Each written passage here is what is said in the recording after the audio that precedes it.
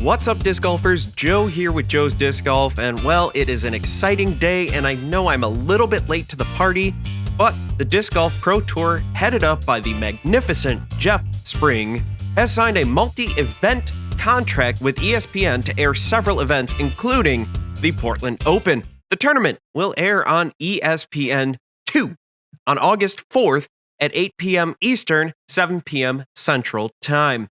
Now, that is all standard fare coming from the announcement from the DGPT. Seems pretty straightforward and innocuous, if I'm being completely honest.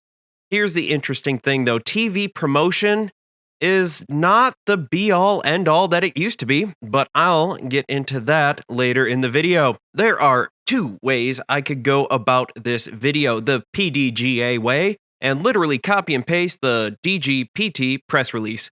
I can just read it to you word for word like an audiobook version of stereo instructions and put you all to sleep.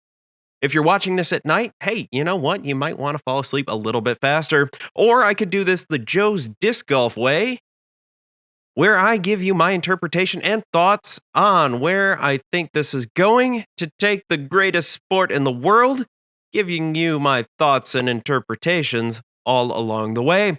But first, a word from this video sponsor, Dog Water.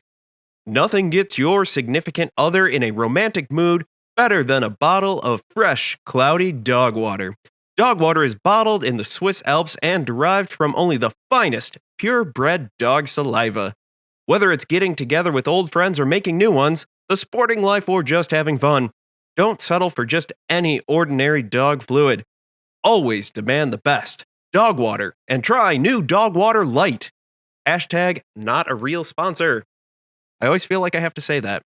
Overall, I think this is a great move. I think getting positive publicity on a large sporting channel is a step in the right direction. If nothing else, it will expose a large number of people to the best of the best when it comes to disc golf out there.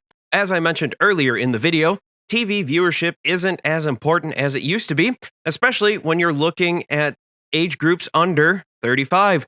Again, more to come on that later. So let's break down this announcement. We can skip the first paragraph since, well, it's just saying what I mentioned in the beginning of the video in the intro. The next two paragraphs say that there have been discussions between the DGPT and ESPN since the off-season, which would put that at about November of 2020.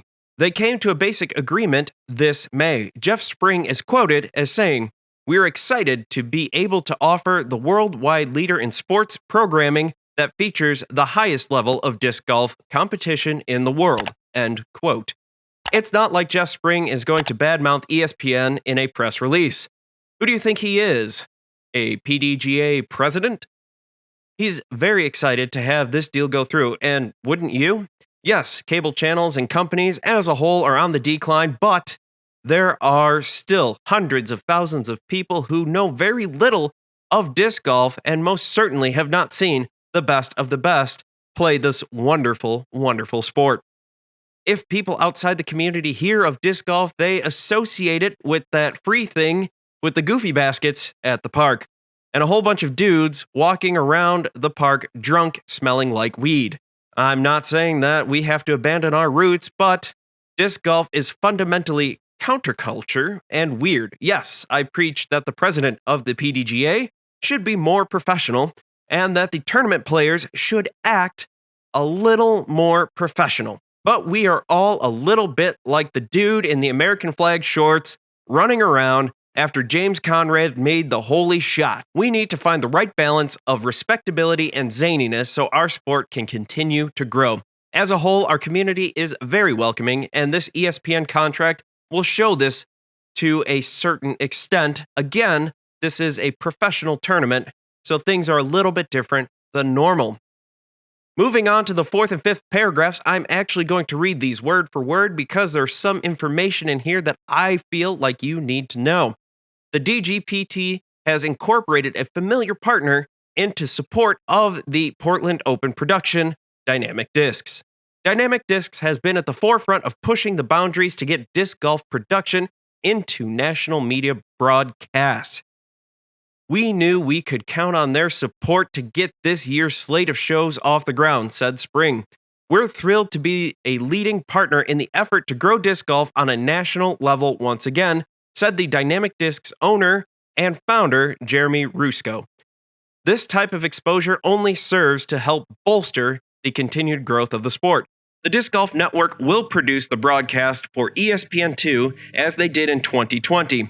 In addition, Joe Canali from Bluefoot Entertainment will serve as a lead editor, and DGPT media partners Jomez, Gatekeeper Media, and GK Pro will also contribute to the broadcast. Wow, that was a lot to get through. So, unlike last year when Dynamic Discs Open was featured on CBS Sports, the Portland Open deal was led by the Disc Golf Pro Tour. The DDO was pursued by Dynamic Discs, who ultimately paid over six figures to have the tournament broadcast on CBS Sports. This time, the DGPT will have the lead, while Dynamic Discs is the lead sponsor of the event. This ESPN deal is a far larger deal than the DDO deal was. There are more advertising slots available to the DGPT to sell and recoup some of the costs associated with this deal. Let's face it, disc golf is not the NFL and cannot demand multi-billion-dollar contracts for allowing their games to be broadcast on the air. The Disc Golf Pro Tour is very hopeful that the programming will generate high ratings and push the event into the main ESPN channel, which is 7 times larger than the average ESPN2 viewership. The best quote from Jeff Spring comes in the final paragraph. This contract shows that, in regards to national broadcasting, disc golf is not just a filler for a lack of pandemic-era sports programming, but instead a valuable asset that draws significant viewership with compelling content. Last year, you could argue that one of the main reasons DDO was on CBS Sports was because it was a bit of a filler spot.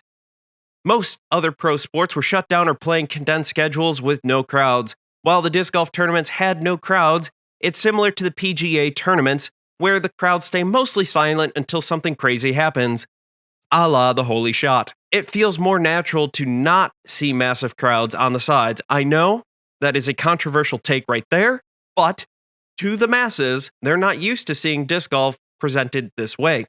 So, not having a lot of people on the sidelines, kind of normal feeling. But I have to say, it feels great to see these big crowds at Worlds. The impact that the crowd had after the Holy Shot was unbelievable. Post-production companies like Jomez gained 96,000 subscribers in 2020, and compare that to 2019, where they only gained 69,000.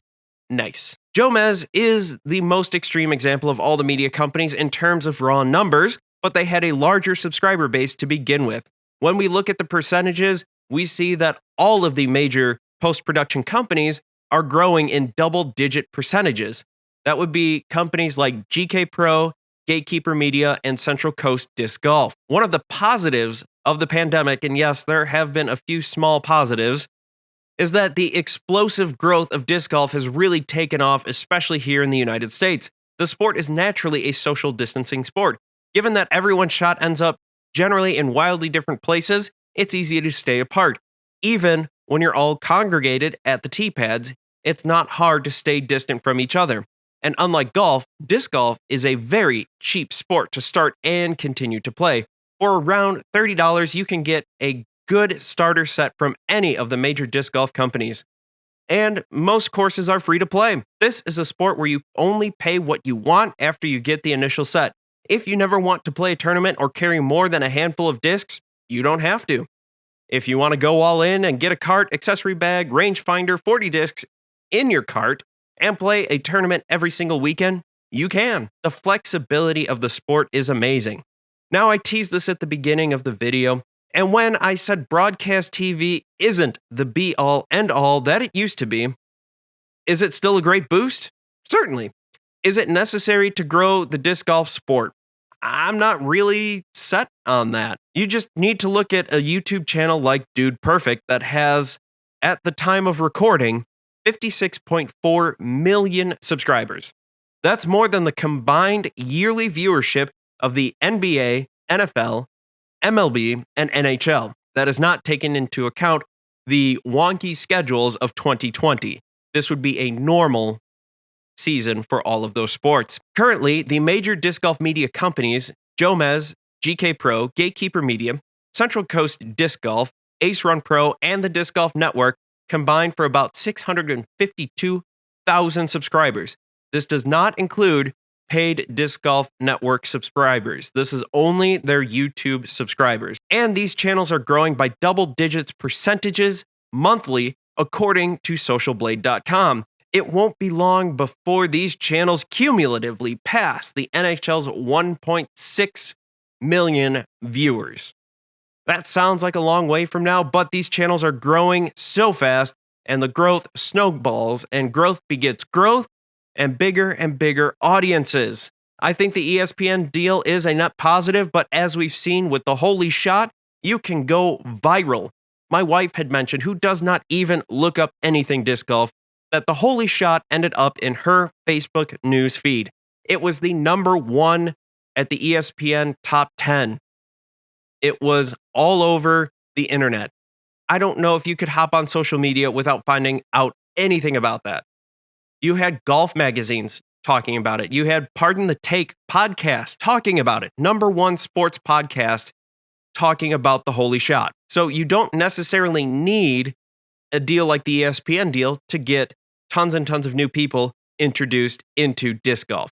I believe that with the rapid growth of post-produced companies like Jomez, GK, and Gatekeeper, deals with ESPN will be less and less necessary.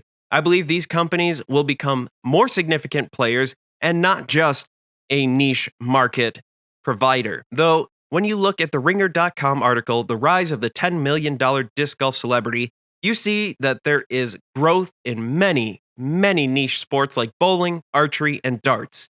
It won't be long before places like ESPN, Fox Sports, and CBS Sports are seeking this content out. What do you think about the ESPN deal? Am I way off in my assumptions in the growth of disc golf post-production companies? Let me know what you think in the comments below. Don't forget to find me on Twitter, Instagram, and Facebook at Joe's Disc Golf. You can talk to me directly through the Joe's Disc Golf Discord server, linked in the description below. And always, don't forget to thank Treesus when you get a great tree kick. And if you get a less than favorable kick, reflect and repent, for you have transgressed against Treesus in some way. I've been Joe, you've been awesome, and I can't wait to see you all in the next video.